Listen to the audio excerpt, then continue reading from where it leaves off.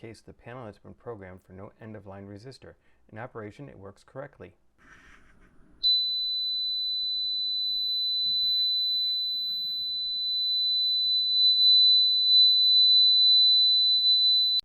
But when an object or person shorts the wire between the sensor and the panel, it fails to detect the sensor opening.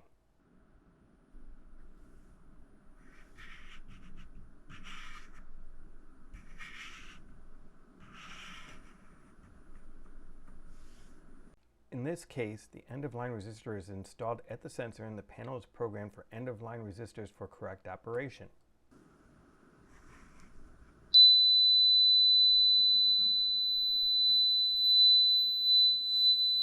When an attempt is made to shunt out the sensor, it creates an open circuit and an alarm.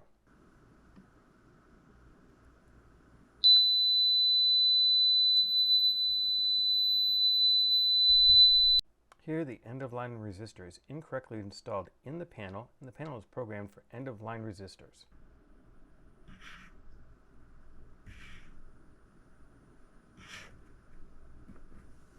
Because the resistor is not at the end of the line, the sensor can be shunted out without the panel detecting it, allowing for the intrusion without alarm.